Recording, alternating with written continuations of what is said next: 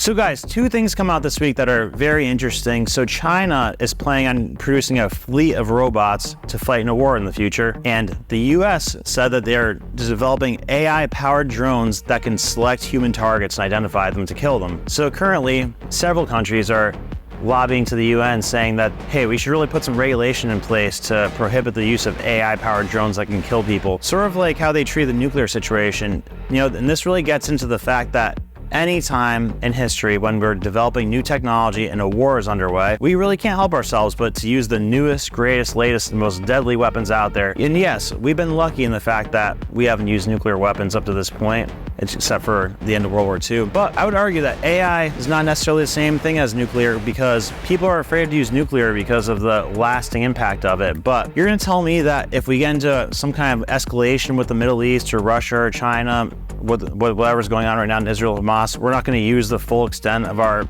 everything we have except for nuclear maybe? Every bit of recorded history in warfare would say otherwise if you're thinking that that's not something that's going to happen. Now this creates the question, should AI be regulated? Should AI be regulated in warfare? That is something that we're going to have to really think about going forward. But what I know is that this China thing, total BS, because they have no capabilities of developing the advanced chips they need to make these humanoid robots. So I don't know where they're going to get this fleet of AI-powered robots from. So for all of you that are worried about China as a adversary, I'd say don't be necessarily worried about that. I'd say be worried about the crazy stuff that the US is developing, because that is what can destroy us if it goes bad. That is the rundown I have for you today in regard to the future of AI-powered robots fighting the next war. Another thing you need to know, so today Biden comes out with this presser saying, hey guys, since we tackled inflation, conquered it, it's over now. Companies should really stop price gouging because that's the only reason that prices are still up.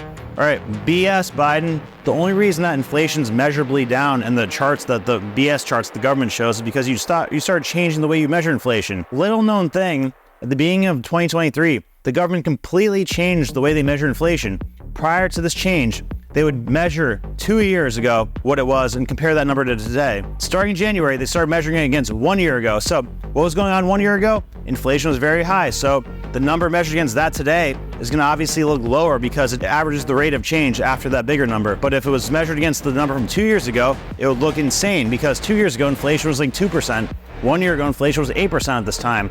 So that's why we have the 3% number today. So this is gaslighting of the highest magnitude. Inflation's not down. You did not tackle it. Companies are not price gouging the way that Biden's saying they are. And let me tell you, if Biden actually does what he's saying with these price controls, there's nothing worse to further an economy than to implement price controls.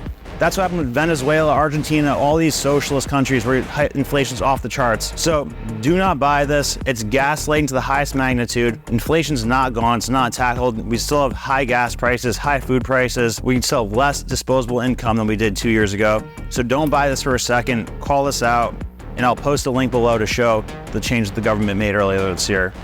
So here's a very weird story that happened today. So Elon Musk visited Israel and actually got the approval by Israel to use his Starlink to help give Gaza access to the internet. Who the hell would have thought that would have happened? Because prior to this, Israel was not letting this happen. And as we all know, Gaza has been cut off from food, water, energy, internet for this entire time this war's been going on. So let's talk about the tone change from Israel. Is this because of the hostage release? Why are they suddenly having a pause for the war, exchanging hostages, letting Musk give Starlink to Gaza? Is there something more at play here? Is this conflict actually escalating? So I'm very confused as to why Israel is allowing this.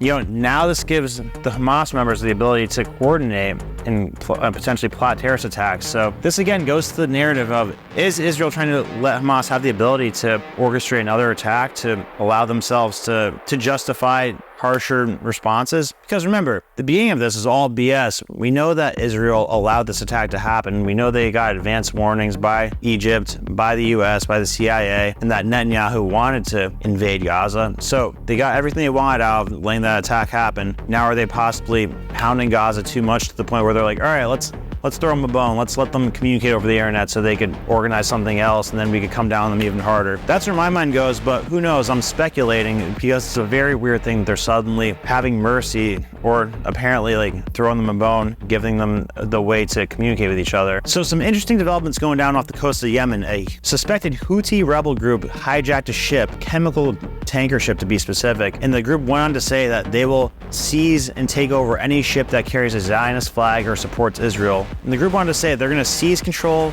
or attack any ship that has the flag of Zionism or supports Israel because of the Israel attack on Hamas.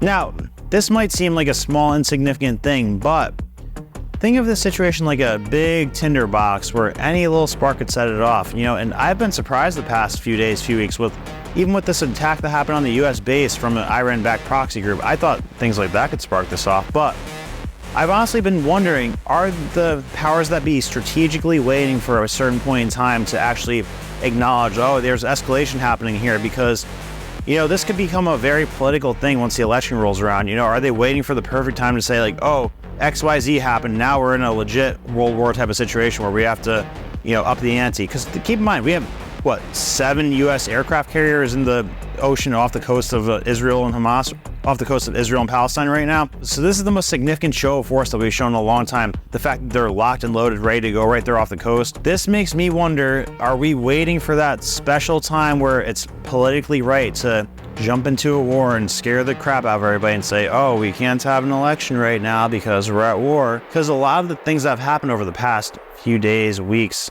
even months, I would think that it would be a politician, a warmonger's dream to justify getting into an escalation. Now, if you want to know how to choose your enemies wisely, I recommend you get yourself a copy of Choose Your Enemies Wisely by Patrick Bet-David, our CEO. You can get it from Amazon, Barnes & Noble, VT.com, Audible, anything. Definitely get yourself a copy. The link is below. And something you need to know, in 2036, I'm going to be president of the United States. God bless.